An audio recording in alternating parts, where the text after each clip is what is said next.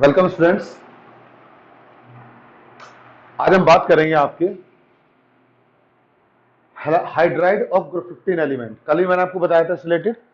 इसमें सारा थ्योरेटिकल है, आपका सब रीजनिंग क्वेश्चन आते हैं। मोस्टली रीजनिंग क्वेश्चन क्या आते हैं, जितने क्वेश्चन मैंने यहाँ लिखे हैं ये इनमें से आपको क्वेश्चन जरूर मिलेंगे। क्वेश्चन है आपका हाइड्राइड। मैंने आपको बताया था कि जो ग्रुप 15 एलिमेंट होते हैं they form hydride of type NH3, यानी MS3 टाइप के हाइड्राइड बनाते हो।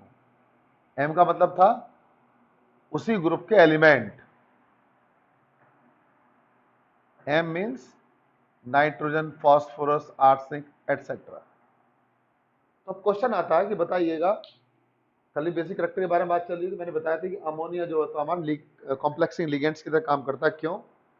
तो होता क्या है वो मैंने क्वेश्चन आपको बता देता है। चूंकि नाइट्रोजन के पास लोन पेयर इलेक्ट्रॉन है, लोन पेयर इलेक्ट्रॉन होने के कारण वो लिगेंड्स की तरह काम करेगा, यानी उसको अपना इलेक्ट्रॉन पेयर डोनेट करेगा सेंट्रल मेटल एटम को और कॉम्प्लेक्स कंपाउंड बना देगा। अब आप कहेंगे जी इलेक्ट्रॉन पेयर तो यहाँ फास्फोरस में भी है, आर्सेनिक में भी है, एंटीमनी में, बिस्मिथ में भी है, लेकिन ये ज्यादा बेसिक है। और बेसिक करेक्टर क्या हमारा डाउन द ग्रुप घटता जा रहा है। ऐसा क्यों? ठीक है, तो बेसिक करेक्टर के लिए आप ये समझिएगा, ये लॉन पेयर ऑफ इलेक्ट्रॉन है अकॉर्डिंग टू, आपको ये बता था। फिर वो थ्योरी आ गई आपकी 11th वाली। पहली थ्योरी थी आपकी आर्नियस थ्योरी, दूसरी थी ब्रॉड-लोरी थ्योरी, तीसरी थी आपकी लुईस थ्योरी। तो लुईस थ्योरी के अनुसार जो भी इलेक्ट्रॉन पेयर देते हैं वो हमारे बेस होते हैं, और जो इलेक्ट्रॉन लेते हैं वो हमारे एसिड होते हैं। Means electron acceptor are acid and electron donor are base. अब यहां भी इलेक्ट्रॉन पेयर है, ये भी देगा, ये भी देगा, सारे दे सकते हैं। लेकिन NH3 के अंदर जो इलेक्ट्रॉन पेयर है वो स्मॉल रीजन में कंसंट्रेटेड होता है। स्मॉल रीजन में कंसंट्रेटेड होने के कारण ये इलेक्ट्रॉन पेयर इजीली अवेलेबल होगा डोनेशन के लिए। अगर हमें कहीं डोनेशन की जरूरत पड़ेगी, अगर इलेक्ट्रॉन किसी को देना पड़े, तो ये क्या करेगा, ये आसानी से इलेक्ट्रॉन को दे देगा, और देने के बाद क्या करेगा, बेस की तरह काम करेगा। ये क्यों नहीं देते? जैसे हम डाउन द ग्रुप जाते हैं साइज हमारा बढ़ता है, साइज बढ़ेगा तो क्या होगा, इलेक्ट्रॉन पेयर को डोनेट करने की टेंडेंसी घट जाएगी। यानी electron pair is not easily available in PS3 as compare to NH3। ये समझने वाली बात है। देखने में तो आपको दोनों एक जैसे दिखाई दे रहे हैं, आप कहेंगे कहाँ अवेलेबल नहीं, यहाँ तो अवेलेबल है जी। हम देख रहे हैं PS3 के पास इलेक्ट्रॉन पेयर है, NH3 में नाइट्रोजन के पास इलेक्ट्रॉन पेयर है, लेकिन इजीली अवेलेबिलिटी अमोनिया के पास होती है, फॉस्फेट के पास नहीं होती। अब आप कहेंगे क्यों? वो इसलिए कि इसका साइज छोटा है, नाइट्रोजन का साइज छोटा होता है, और फास्फोरस का और बाकी सारे एलिमेंट का साइज बड़ा होता है। बड़ा होने के कारण जो लोन पेयर ऑफ इलेक्ट्रॉन है वो इजीली डोनेशन के लिए अवेलेबल नहीं होगा। अब आप इसको दूसरे शब्द से समझ सकते हैं। अगर आप केमिस्ट्री लैंग्वेज समझेंगे तो आपको मैंने बता दिया कि हम क्या बोलेंगे, as we move down the group size of atom increase and availability of donation of lone pair of electron decrease, due to which basic character decrease. इसलिए basic character down the group घट जाता है। ये तो हमारी क्या हो गई, केमिस्ट्री की लैंग्वेज हो गई। अब हम इसे नॉर्मल भाषा में अपनी समझना चाहते हैं, तो हम क्या बताएंगे? आप इसका एक एग्जांपल समझिए। मान लीजिए आपके पास में कोई निडल है, और वो निडल आपकी गिर गई। एक तो एक आपके छोटे से रूम के अंदर गिर गई निडल, और एक निडल आपकी मान लीजिए आपके स्कूल के प्लेग्राउंड में गिर गई। ठीक है भाई, आपके पास निडल थी, तो एक निडल गिरी आपके अपने रूम में, बहुत छोटा सा रूम है आपका। ठीक है, वो केस तो आपका कौन सा हुआ, ये वाला हुआ। एक आपकी क्या करी, आपके पास जो निडल थी वो गिर गई आपकी PS3 यानी आपके स्कूल के ग्राउंड में, वो केस आप PS3 का मान लीजिएगा। अब अगर आप ढूंढने लगेंगे तो आपको जो आपकी निडल है वो कहां जल्दी मिलने की संभावना होगी, आपके घर में। क्योंकि जो आपका रूम है वो क्या है, बहुत छोटा है। आप आसानी से एक एक जगह को आसानी से क्या कर सकते हो, आइडेंटिफाई कर सकते हो, चेक कर सकते हो, और आपको इलेक्ट्रॉन पेयर यानी आपकी जो निडल है वो आसानी से मिल जाएगी।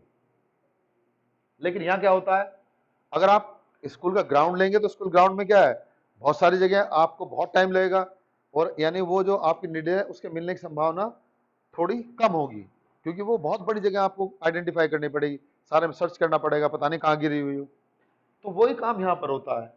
जितना छोटा साइज होगा उतनी ही लोन पेयर ऑफ इलेक्ट्रॉन की अवेलेबिलिटी ज्यादा होगी, जितनी इलेक्ट्रॉन पेयर की अवेलेबिलिटी ज्यादा होगी उतना बेसिक करेक्टर भी क्या होता है, ज्यादा होता है। इसलिए as we move down the group, आप बोलेंगे in case of group 15 element, as we move down the group, size of atom increase and electronegativity decrease, due to which availability of donation of lone pair of electron decrease from ammonia to BiS3. Hence, ammonia act as a strong base but BiS3 act as weak base. ठीक है, तो ये तो बात किसकी हुई हमारी, ये तो बात हो गई हमारी बेसिक करेक्टर की। तो आप बता देंगे बेसिक करेक्टर ऐसे होता है। मेनली बात इलेक्ट्रोनेगेटिविटी की और साइज की है। जितने भी पी ब्लॉक के क्वेश्चंस हैं उनमें हर क्वेश्चन में साइज और इलेक्ट्रोनेगेटिविटी का मैटर होगा और कुछ नहीं होता। अगर आपको साइज और इलेक्ट्रोनेगेटिविटी मैटर पता है तो आप उस क्वेश्चन को आराम से कर लेंगे। अब यहाँ क्वेश्चन आता है कि आप ये बताइए, पहले मैं आपको ये वाला क्वेश्चन बताता हूँ, बताइएगा कि जो बॉन्ड एंगल है NH3 का ज्यादा होता है, PS3 का उससे कम, ASH3 का उससे भी कम, SBH3 का उससे कम, BiH3 का उससे भी कम, ऐसा क्यों? देखिएगा, अगर हम बात करते हैं आपका इन एलिमेंट के अंदर, आप देखो यहां बॉन्ड एंगल हमने क्या दिखाया 107, यहां क्या देखा हमारा 93 डिग्री। अगर मैं यहां बात करता हूं, ये जो NH बॉन्ड है इसका इलेक्ट्रॉन पेयर मोर क्लोजली होता है किसके, नाइट्रोजन के। यहां पर आप ऐसा समझ लीजिएगा, ये तो क्या है, बिल्कुल नाइट्रोजन के क्लोज है, यानी bond pair of NH bond is very close to nitrogen atom, यानी सेंट्रल एटम। आपको 11th में बताया था VSEPR theory, valency shell electron pair repulsion theory. तो valency shell electron pair repulsion theory क्या बोलती है, valency shell electron pair repulsion theory ये बोलती है कि जो हमारे पेयर ऑफ इलेक्ट्रॉन होते हैं दे हैव रिपल्सन, उनके बीच में क्या होता है, रिपल्सन होता है, वेदर बॉन्ड पेयर और लोन पेयर, चाहे बॉन्ड पेयर हो चाहे लोन पेयर हो। Force of repulsion decrease from lone pair to lone pair bond pair, lone pair bond pair to bond pair bond pair. यानी सबसे ज्यादा फोर्स और repulsion जो होती है वो लोन पेयर ऑफ इलेक्ट्रॉन में होती है। लोन पेयर इलेक्ट्रॉन में क्यों, एक बॉन्ड पेयर हुआ एक लोन पेयर हुआ। लोन पेयर आप ये मान लीजिए कि किसी फादर के दो बेटे हैं, एक बेटे की शादी हो गई, एक बेटा अनमैरिड है, जिसकी शादी हो गई वो तो बॉन्ड पेयर कहलाया, जिसकी शादी नहीं वो लोन पेयर कहलाया। अब जो जिसकी शादी नहीं उसके पास में तो कोई जिम्मेदारियां है नहीं, वो तो क्या करेगा, मोहल्ले पड़ोस में जाएगा, डेली जिम जाएगा, बॉडी बनाएगा, झगड़ता फिरेगा सबसे, क्योंकि इसके पास तो बहुत सारी ताकत है और उसकी कोई लायबिलिटी है नहीं। लेकिन जिनके जो मैरिड है उनको अपना पता है कि अगर हम कोई गलत काम करेंगे, ला से कोई अलग काम करेंगे तो हमें क्या होगा, नुकसान होगा, बच्चों कौन देखेगा हमारे। वही काम यहाँ पर होता है। जो लोन पेयर है उसकी रिपल्सिव पावर ज्यादा होती है, बॉन्ड पेयर की रिपल्सिव पावर कम होती है। लेकिन यहाँ पर क्या होगा, ये जो बॉन्ड पेयर इलेक्ट्रॉन है NH बॉन्ड का, ये शिफ्ट हो जाएगा किसकी तरफ, सेंटर एटम की तरफ। जब ये सेंटर एटम की तरफ शिफ्ट हो जाएगा तो यहाँ रिपल्सन क्या होगी, ज्यादा होगी, तो बॉन्ड एंगल भी क्या होगा, ज्यादा होगा। अगर हम इसमें बात करते हैं तो ये बॉन्ड पेयर क्या हुआ, फास्फोरस से दूर को जाता है। क्यों, क्योंकि नाइट्रो हाइड्रोजन में इलेक्ट्रोनेगेटिविटी किसकी ज्यादा है, नाइट्रोजन की, और फास्फोरस हाइड्रोजन में इलेक्ट्रोनेगेटिविटी किसकी ज्यादा है, हाइड्रोजन की। तो जब ये इलेक्ट्रॉन यहां से दूर खिसक जाएगा तो रिपल्सन क्या होगा, कम होगा, रिपल्सन कम होगा तो बॉन्ड एंगल भी क्या होगा, कम हो जाता है। तो इसीलिए जैसे हम डाउन द ग्रुप बढ़ेंगे बॉन्ड एंगल भी हमारा घट जाएगा। तो आप बताएंगे since nitrogen have high electronegativity as compare to rest of the family member, therefore bond pair of NH bond shift towards nitrogen atom and have large repulsion, due to which bond angle is maximum and bond angle decrease down the group। इसलिए down the group क्या होता है, bond angle हमारा घटता चला जाता है। ठीक है जी। अब बात आई इस क्वेश्चन की, आप कहेंगे सर ये बीच में छोड़ दिया आपने। देखिए बेटा, ये क्वेश्चन आता है आपका रिड्यूसिंग करेक्टर, फिर बात 11th की आ गई। रिड्यूसिंग एजेंट कौन से होते हैं, जो इजीली हाइड्रोजन को प्रोवाइड करते हैं वो रिड्यूसिंग एजेंट होते हैं, और जो इजीली ऑक्सीजन प्रोवाइड करते हैं वो ऑक्सीडाइजिंग एजेंट होते हैं। 11th में भी मैंने आपको 3 थ्योरी बताई थी ऑक्सीडेशन रिडक्शन की। पहली थ्योरी थी आपकी क्लासिकल थ्योरी, जो आपकी मैं यहां बता रहा हूं कि जो हमारे क्या करते हैं, जो कंपाउंड हमारे हाइड्रोजन देते हैं वो क्या कराएंगे हमारे, वो हमारे जो हाइड्रोजन देते हैं वो रिड्यूसिंग एजेंट, जो ऑक्सीजन देते हैं वो ऑक्सीडाइजिंग एजेंट। उसके बाद बात आती है आपकी नेक्स्ट बात का मतलब क्या होता है, नेक्स्ट बात का मतलब होता है जी कि अगर हम बात करते हैं आपका, हाँ, तो जैसे हम क्या करेंगे, दूसरी थ्योरी मैंने आपको बताई थी इलेक्ट्रॉनिक थ्योरी, जो इलेक्ट्रॉन देते हैं यानी ऑक्सीडाइजिंग, वो ऑक्सीडेशन कहलाता है, और जो इलेक्ट्रॉन, जहां पर इलेक्ट्रॉन गेन होते हैं वो रिडक्शन कहलाता है। तो इलेक्ट्रॉन जो एक्सेप्टर है वो ऑक्सीडाइजिंग एजेंट, और जो इलेक्ट्रॉन डोनर है वो रिड्यूसिंग एजेंट। यानी जिस एलिमेंट का ऑक्सीडेशन हो रहा है वो रिड्यूसिंग एजेंट, और जिसका रिडक्शन हो रहा है वो ऑक्सीडाइजिंग एजेंट। तो यहां पर हमारी पहली तीसरी थ्योरी थी ऑक्सीडेशन नंबर थ्योरी। वो प्रोसेस जहां ऑक्सीडेशन नंबर बढ़ता है, ऑक्सीडेशन जहां घटता है, रिडक्शन। तो इस तरह से हमारी अलग अलग थ्योरी थी। तो जैसे हम डाउन द ग्रुप बढ़ेंगे तो एमएच बॉन्ड स्ट्रेंथ घट जाएगी। क्यों घटेगी? क्योंकि जैसे हम डाउन द ग्रुप बढ़ते हैं नाइट्रोजन से बिस्मिथ की तरफ को, बीआई की तरफ, तो साइज बढ़ेगा। साइज बढ़ेगा तो इलेक्ट्रोनेगेटिविटी घटेगी। इलेक्ट्रोनेगेटिविटी घटने के कारण जो एमएच बॉन्ड है, इस बॉन्ड की बॉन्ड स्ट्रेंथ घट जाएगी, और बॉन्ड स्ट्रेंथ घटने के कारण रिलीज ऑफ हाइड्रोजन इजीली हो जाएगा। ठीक है, जिसके कारण क्या होगा, जिसके कारण हमारा रिड्यूसिंग करैक्टर बढ़ता है, लेकिन स्टेबिलिटी घटेगी। रिड्यूसिंग करैक्टर और स्टेबिलिटी एक दूसरे के इनवर्स होते हैं। अगर रिड्यूसिंग करैक्टर बढ़ता है तो स्टेबिलिटी घटती है। बताया आपको, ये एनएच बॉन्ड स्ट्रांग है, ये उससे कम स्ट्रांग है, ये और कम, ये और कम, ये और कम। इसका मतलब क्या है?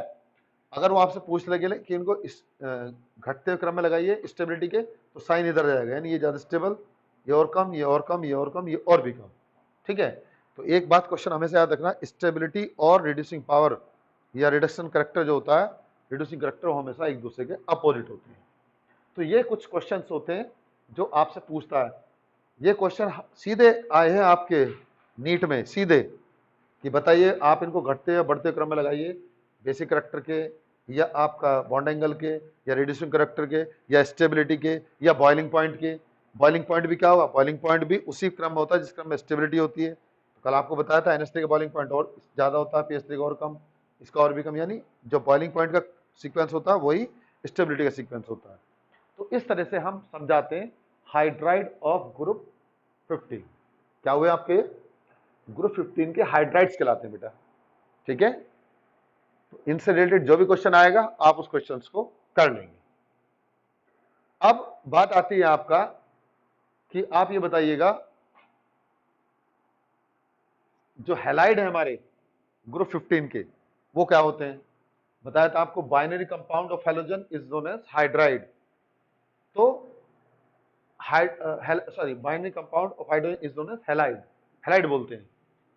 जो ग्रुप 15 एलिमेंट होते हैं वो दो तरह का हैलाइड बनाते हैं, एक MX3 और दूसरा MX5, यानी PCl5 एंड PCl3। जैसे आपने सुना होगा phosphorus trichloride and phosphorus pentachloride.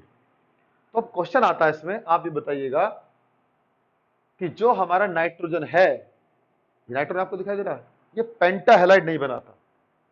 यानी अगर आप नाइट्रोजन की रिएक्शन कराएंगे क्लोरीन के साथ तो हमेशा क्या बनाएगा? ये हमेशा 2NCl3 बनाता है, यानी आपका नाइट्रोजन ट्राइक्लोराइड। लेकिन अगर आप फास्फोरस की रिएक्शन कराएंगे तो फास्फोरस दोनों बनाता है, फास्फोरस बनाएगा पेंटाक्लोराइड भी और ट्राइक्लोराइड भी, यानी फास्फोरस ट्राइक्लोराइड भी बनाता है और पेंटाक्लोराइड भी बनाता है। क्या मतलब है? तो अब आप ये कह रहे हैं जैसे नाइट्रोजन फास्फोरस सेम ग्रुप का एलिमेंट है, जैसे नाइट्रोजन ने आपका ट्राइक्लोराइड बनाया, इसी तरह से क्या होना चाहिए फास्फोरस को भी, सॉरी जैसे फास्फोरस में आपका पेंटाक्लोराइड बनाया, तो ऐसे ही हमें नाइट्रोजन को भी पेंटाक्लोराइड बनाना चाहिए था, लेकिन नाइट्रोजन नहीं बनाता। क्यों? तो फिर यहां पर वही एनामोलस करैक्टर आया। आपको एनामोलस करैक्टर में बताया था कि हर ग्रुप का जो पहला एलिमेंट होता है उसकी property rest of the family member से डिफरेंट होती है, 11th में समझाया था। इसी को हम एनामोलस करैक्टर बोलते हैं। एनामोलस करैक्टर के कारण ही कोई भी जो एलिमेंट होता है अपने ग्रुप का अपने rest of the family member से डिफरेंट प्रॉपर्टी दिखाता है। 3 कारण होते हैं, पहला होता है स्मॉलेस्ट साइज, दूसरा होता है हाईएस्ट इलेक्ट्रोनेगेटिविटी, तीसरा होता है आपका non availability of D orbital. तो यहां पर क्या होगा? नाइट्रोजन का जो इलेक्ट्रोनेगेटिव वो तो हाई है, साइज छोटा है, लेकिन उसके पास डी ऑर्बिटल नहीं है। डी ऑर्बिटल ना होने के कारण वो इलेक्ट्रॉनों का प्रमोशन नहीं कर पाता। जब इलेक्ट्रॉन का प्रमोशन नहीं कर पाता तो ऑक्सीडेटिव स्टेट क्या होती है मैक्सिमम की, +3। ठीक है, तो वहां पर क्या होगा, वो प्रमोट नहीं कर पाएगा इलेक्ट्रॉनों को, क्योंकि डी ऑर्बिटल है ही नहीं। भाई अगर आप जानना चाहते हैं, आप कहेंगे प्रमोशन का मतलब क्या है सर? प्रमोशन का मतलब ये होता है बेटा कि अगर आपने नाइट्रोजन क्वालिफिकेशन लिया 7 1s2 2s2 2p3, तो अगर मैं इसको बॉक्स में बनाऊंगा तो 1s2, यहाँ आपका 2s2 और यहाँ क्या आएगा 2p3 आ जाएगा। ठीक है, लेकिन अगर मैं फास्फोरस लेता हूं 15, तो यहां पर क्या आएगा 1s2 2s2 2p6 3s2 3p आपका 3। अगर मैं इसको बॉक्स में बनाता हूं तो यहां तक तो कोई बात नहीं, मैं इसको बना के दिखा रहा हूं आपको, 1s2 और 3s2 3p3। लेकिन यहां पर क्या होगा, साथ साथ अगर कहीं तीसरा सेल स्टार्ट हो जाता है तो 3d भी होता है, भले वो एम्प्टी हो। 1 2 3 4 एंड 5, ये कौन सा ऑर्बिटल है 3d, ये कौन सा आपका 3s और ये कौन सा आपका 3p।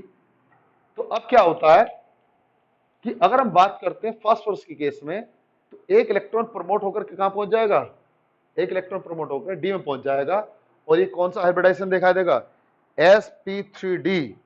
जब sp3d हाइब्रिडाइजेशन होगा तो वहां पर क्या होगा, आपका pCl5 बन जाएगा।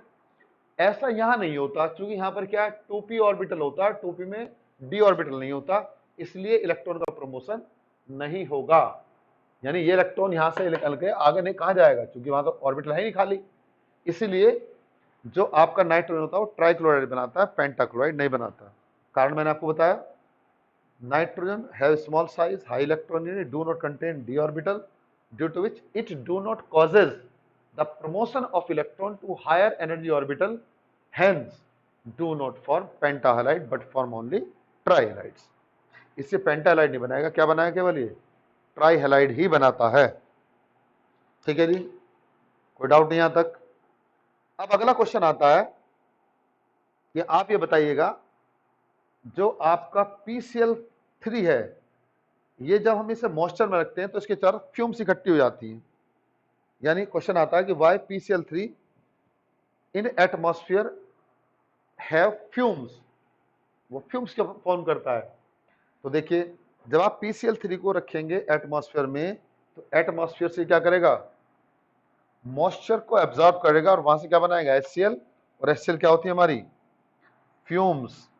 तो जब भी आपसे पूछे तो आप इसको बना के बता दोगे कि यहाँ क्या है जी, आपकी फ्यूम्स बनती हैं HCl की, इसलिए फ्यूमिंग नेचर में होता है। इसी सब एक एक नंबर क्वेश्चन छोटे छोटे आपके। अब आगे पूछेगा, बताइएगा कि PCl5 जो होता है, जो वो सॉलिड स्टेट में आयनिक नेचर में होता है।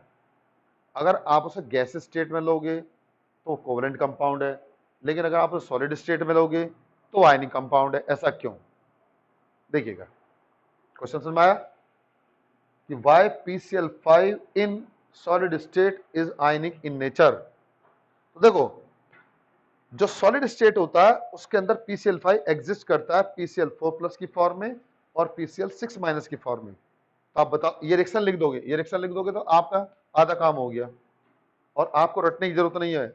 आप लिखेंगे, since in solid state PCl5 exists as PCl4+ and PCl6- which are tetrahedral and octahedral structure, जो कैसी होती है हमारी टेट्राहेड्रल होती हैं और ऑक्टाहेड्रल स्ट्रक्चर होती हैं। Therefore, in solid state PCl5 is ionic in nature because tetrahedral and octahedral structure are more stable as compared to trigonal bipyramidal structure।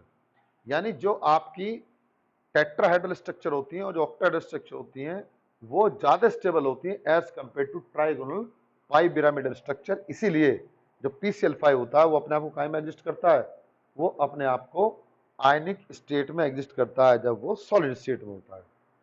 ठीक है, कि कोई भी कंपाउंड अपने आप को उस फॉर्म में रखना चाहिए जिस फॉर्म में वो ज्यादा स्टेबल हो, और ज्यादा स्टेबल आपको कहाँ में बताया, वो आपका आयनिक सॉलिड स्टेट में। तो सॉलिड स्टेट में वो आपका जो PCl5 हो PCl4+ और PCl 6 माइनस की फॉर्म में रहेगा, इसलिए ज्यादा स्टेबल होता है। अब आगे आपसे अगली बात आ गई, आगे आपसे पूछेगा बताओ, आप ये शो करिएगा कि क्वेश्चन आता आगे, why all bonds in PCl5 are not equivalent। यानी आप ये बताइएगा कि जब PCl5 होता है उसके अंदर सारे बॉन्ड इक्विवेलेंट नहीं होते। आप भी जानते होंगे, पढ़ाया था आपको 11th में। आप कहेंगे सर आप तो बार बार 11th की बात करते हो, इसलिए आपसे बोला जाता है बेटा 11th बड़ी इंपॉर्टेंट क्लास है, उसको आप लोग सीरियसली नहीं लेते। सबसे ज्यादा बच्चे जो मेडिकल और इंजीनियरिंग में सिलेक्शन ना होने के कारण क्या होता है, क्लास 11 क्योंकि 11th में अच्छी मेहनत नहीं करते, इसलिए उनको प्रॉब्लम होती है। यहाँ पर दो बॉन्ड है आपके, दिखाई दे रहे होगा आपको।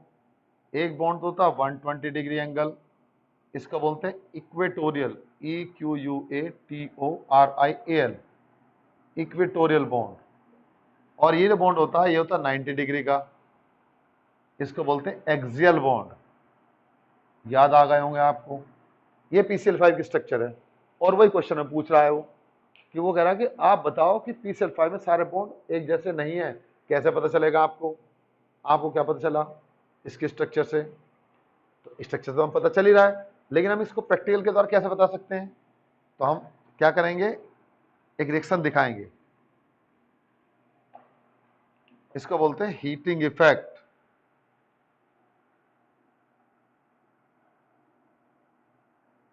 Of PCl5। यानी जब हम PCl5 को गर्म करेंगे तो टूट जाएगा PCl3 में प्लस Cl2।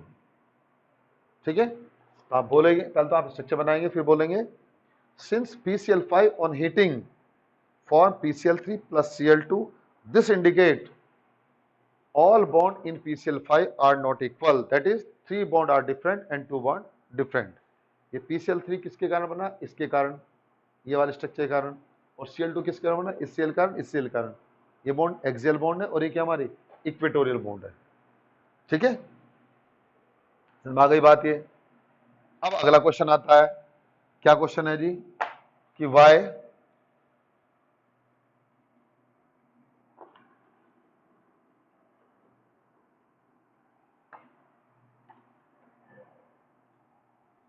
क्वेश्चन होता है बेटा, Y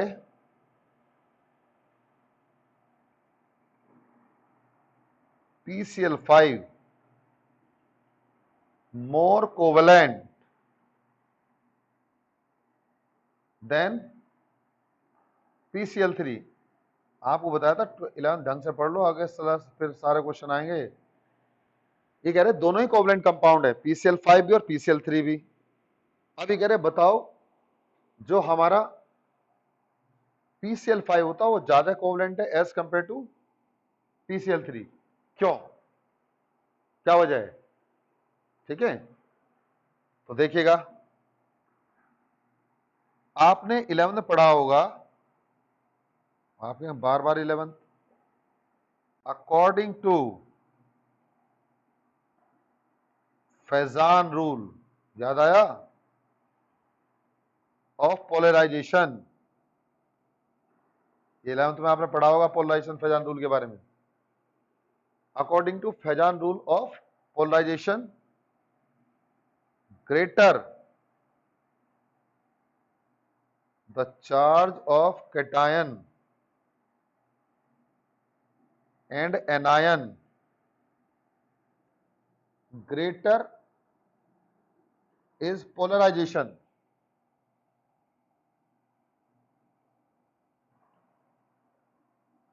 which result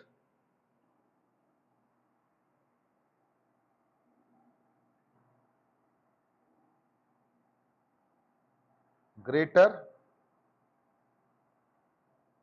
covalent character।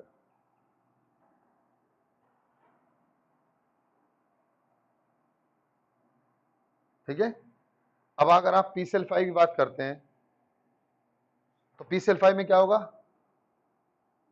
यहां +5 और यहां क्या होगा -1, अगर हम PCl3 की बात करते हैं तो यहाँ क्या होगा +3 और यहाँ क्या होगा हमारा -1।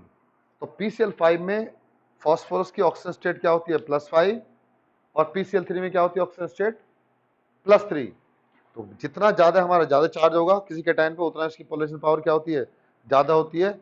इसीलिए PCl3 is more covalent as compare to sorry PCl5 is more covalent as compare to PCl3। तो ये आपकी क्या बात हो गई PCl3 और PCl5 की। तो इस तरीके से हम बहुत सारे क्वेश्चन जो आपको मैंने बताया PCl3 से रिलेटेड कोई ना कोई क्वेश्चन आपको मिल जाता है। ठीक है, तो ये आपका बात हो गया हैलाइड की।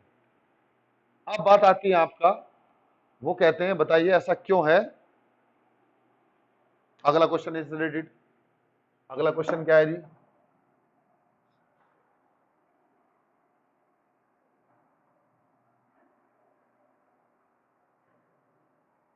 अगला क्वेश्चन है बेटा Y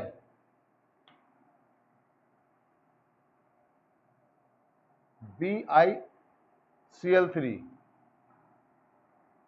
is more stable than BiCl5। ठीक है, ये कहते हैं बताइए BiCl3 ज्यादा स्टेबल होती है एज कंपेयर टू BiCl5 क्यों। तो आपको बताया था जब आपका अगर यहाँ ऑक्सीजन स्टेट की बात करते तो +3 और यहाँ ऑक्सीजन स्टेट की बात करते तो +5। ये आपका क्वेश्चन हो गया। आंसर क्या है, ये फिर 11th की बात आ गई। According to inert pair effect, पढ़ा था आपने inert pair effect. According to inert pair effect greater according to inert pair effect lower oxidation state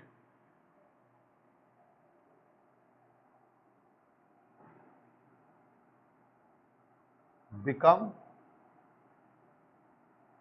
more stable than higher oxidation state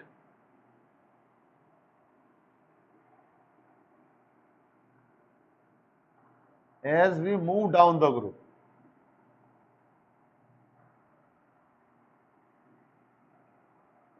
यानी किसी भी ग्रुप में जब नीचे को बढ़ते हैं तो according to inert pair effect जो लोअर ऑक्सीजन स्टेट होती है वो ज्यादा स्टेबल हो जाती है। देयरफॉर इसीलिए क्या होगा, therefore BiCl3 more stable then BiCl5। ठीक है, तो जो हमारा BiCl3 होता है वो ज्यादा स्टेबल होता है और BiCl5 हमारा कम स्टेबल होता है। तो हम इसको इस तरीके से बता देंगे कि कौन कम स्टेबल है कौन हमारा ज्यादा स्टेबल है। ठीक है, अब इसके बाद हमारी बात आती है आपका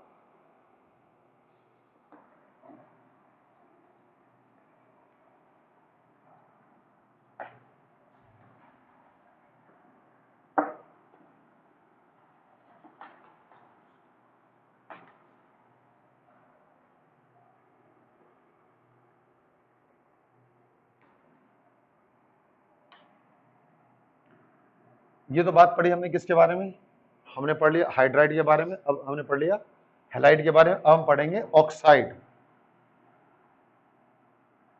ऑक्साइड ऑफ ग्रुप 15। ग्रुप 15 के ऑक्साइड क्या होते हैं।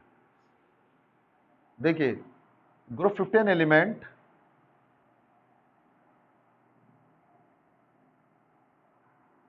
Form oxide of type M2O3 and M2O5। यानी नॉर्मल वो M2O3 M2O5 टाइप के बनाते हैं, यानी पेंटाऑक्साइड एंड ट्राइऑक्साइड। हालांकि नाइट्रोजन के बहुत सारे ऑक्साइड होते हैं। तो अब इसमें क्वेश्चन आता है बताइए why oxide of nitrogen have linear structure. क्या स्ट्रक्चर होती है उनकी, लीनियर स्ट्रक्चर होती है। क्यों? अब आप कहेंगे लीनियर स्ट्रक्चर मतलब क्या है? तो देखो भैया, ये क्वेश्चन हुआ हमारा। देखिए, अगर मैं इसकी बात करता हूं तो आप सबसे पहले लेंगे NO। तो NO की स्ट्रक्चर होती है N triple bond O, sorry N double bond O, 1 2 3 4 and 1 2 3, ठीक है। यहाँ ऑड इलेक्ट्रॉन मॉलिक्यूल है। उसके बाद में होता है हमारा N2O। N2O में होगी N ट्रिपल बॉन्ड N और आपका O, ये N2 की स्ट्रक्चर होती है। उसके बाद में आती है आपकी NO2। NO2 में हो जाएगी N, एक डबल बॉन्ड, एक सिंगल बॉन्ड, ये NO2 की स्ट्रक्चर होगी हमारी। उसके बाद आता है हमारा N2O3, बना लीजिएगा। एक N यहाँ बनाइए, एक N यहाँ बनाइए, एक बॉन्ड यहाँ, एक बॉन्ड यहाँ, एक बॉन्ड यहाँ और एक लॉन पे इलेक्ट्रॉन यहाँ पर। ये किसकी स्ट्रक्चर होगी हमारी? N2O3 की। उसके बाद हम बनाते हैं N2O4, बना लो जी। एक N2O4 में एक नाइट्रोजन हमारा यहाँ, एक यहाँ, एक डबल बॉन्ड यहाँ, सिंगल बॉन्ड यहाँ, इसी तरह से एक डबल बॉन्ड यहाँ, एक सिंगल बॉन्ड यहाँ। इसको चलो हम ऊपर करते हैं सिंगल, इसको कर लेते हैं डबल, किसी साथ बना सकते हैं। उसके बाद में आती है N2O5। N2O5 में क्या होगा बेटा? N यहाँ एक ऑक्सीजन, एक यहाँ पर, ये बॉन्ड यहाँ, इसी तरीके से ये बॉन्ड यहाँ और ये डबल बॉन्ड यहाँ। ये स्ट्रक्चर हमारी लीनियर स्ट्रक्चर कहलाती है। These are the linear structure of oxide of nitrogen. तो ये ऑक्साइड ऑफ नाइट्रोजन की लीनियर स्ट्रक्चर होती है। ये N2O5 की है, N2O4 की स्ट्रक्चर है। तो इस तरीके से पूछता है, बताइएगा कि why oxide of nitrogen have linear structure. जो ऑक्साइड ऑफ नाइट्रोजन होते हैं उनकी स्ट्रक्चर लीनियर होती है, ऐसा क्यों? ठीक है, समझ गई बात? तो अब देखिएगा यहां पर क्या है। अगर हम बात करते हैं नाइट्रोजन की और ऑक्सीजन की, ठीक है, तो आप यहां समझ लीजिएगा, मैं आपको यहां समझा देता हूं, इसको ऐसे बना रहने दो। अगर मैं नाइट्रोजन की बात करता हूं तो नाइट्रोजन क्वालिफिकेशन क्या होता है? 7 1s2 2s2 2p3। ऑक्सीजन की बात करता हूं तो 1s2 2s2 2p4। इनके ऑर्बिटल आपस में ओवरलैप करके p पाई बॉन्डिंग बताया था मैंने आपको। तो आप बोलेंगे since nitrogen and oxygen have small size and high electronegativity, nitrogen and oxygen have small size and high electronegativity, due to which p pi bonding take place between 2p of nitrogen and 2p of oxygen. समझ रहे हैं बात? यहां पर किसके बीच में होगी हमारी? ये 2p of nitrogen and 2p of oxygen. So they form pi bond and have linear structure. तो पूरी बात का छोटा सा आंसर है। क्या आंसर है? आप बोलेंगे since nitrogen and oxygen have small size and high electronegativity, due to which p pi bonding take place between 2p of oxygen and 2p of nitrogen. दोनों के pp ऑर्बिटल, दोनों की एनर्जी सेम है, तो दोनों के बीच में क्या होगा? पाई बॉन्ड बन जाएंगे। Hence they have linear structure. जब पाई बॉन्ड बनेगा तो उनकी स्ट्रक्चर क्या होगी हमारी? लीनियर हो जाएगी। ठीक है, आपने सुना होगा लीनियर स्ट्रक्चर के बारे में। 180 डिग्री एंगल बांध के चलते हैं लीनियर स्ट्रक्चर के अंदर, डिस्टॉर्टेड भी होती हैं, तो ये लीनियर स्ट्रक्चर कहलाती है। अब इसके बाद आता है, तो इसका तो आंसर हमारा यही हुआ कि since they have p pi bonding, due to which they form linear structure, ये लीनियर स्ट्रक्चर बनाएंगे। N2 का आपने नाम सुना होगा, लाफिंग गैस। ठीक है, ये लाफिंग गैस होती है।